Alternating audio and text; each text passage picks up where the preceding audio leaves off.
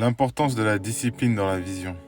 La prière et la foi sont indispensables, mais je trouve qu'on parle très rarement de la discipline. Le Seigneur Jésus était lui-même très discipliné. La Bible dit qu'il sortait très tôt pendant qu'il faisait sombre pour prier et planifier sa journée.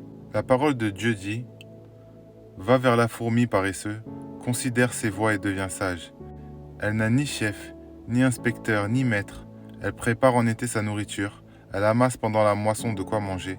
Paresseux, jusqu'à quand seras-tu couché? Quand te lèveras-tu de ton sommeil? Un peu de sommeil et d'assoupissement, un peu croiser les mains pour dormir, et la pauvreté te surprendra comme un rôdeur, et la disette comme un homme en armes. » Cette parabole de la fourmi nous parle de l'indépendance, de l'autodiscipline, de l'épargne.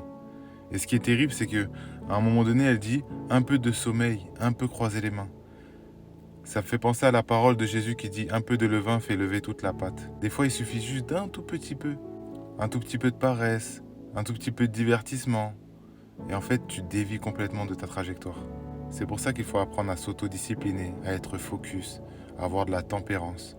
La parole de Dieu dit « Celui qui est lent à la colère vaut mieux qu'un héros, et celui qui est maître de lui-même mieux que celui qui prend des villes. » L'apôtre Paul disait lui-même « Je traite durement mon corps, et je le tiens assujetti de peur d'être moi-même rejeté après avoir prêché aux autres. » Cela nous montre que quand Dieu nous a donné une destination, un chemin, une vision, cela nous montre l'importance de s'y concentrer, de s'y atteler, de s'y consacrer. Tous les jours, si tu es concentré, tu auras un grand résultat au final. La Bible dit, ne méprise pas les petits commencements. Chaque jour, tu peux faire quelque chose pour la personne que tu veux être, pour la personne que tu veux devenir, pour la personne que le Seigneur t'appelle à être surtout. Et fais attention à ton entourage. La Bible dit, ne vous y trompez pas, les mauvaises compagnies corrompent les bonnes mœurs. Des fois, tu peux être déterminé, être régulier, être rigoureux. Mais si autour de toi, tu as des personnes qui te tirent vers le bas, le Seigneur Jésus dit lui-même, ta main est pour toi une occasion de chute, coupe-la, jette-la de peur que ton corps tout entier n'aille dans la géhenne.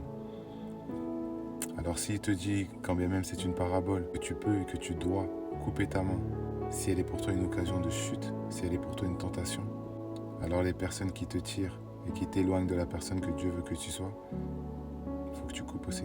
Demandons à Dieu sa sagesse, son activité. La Bible dit, le trésor d'un homme est dans son activité. Demandons la discipline.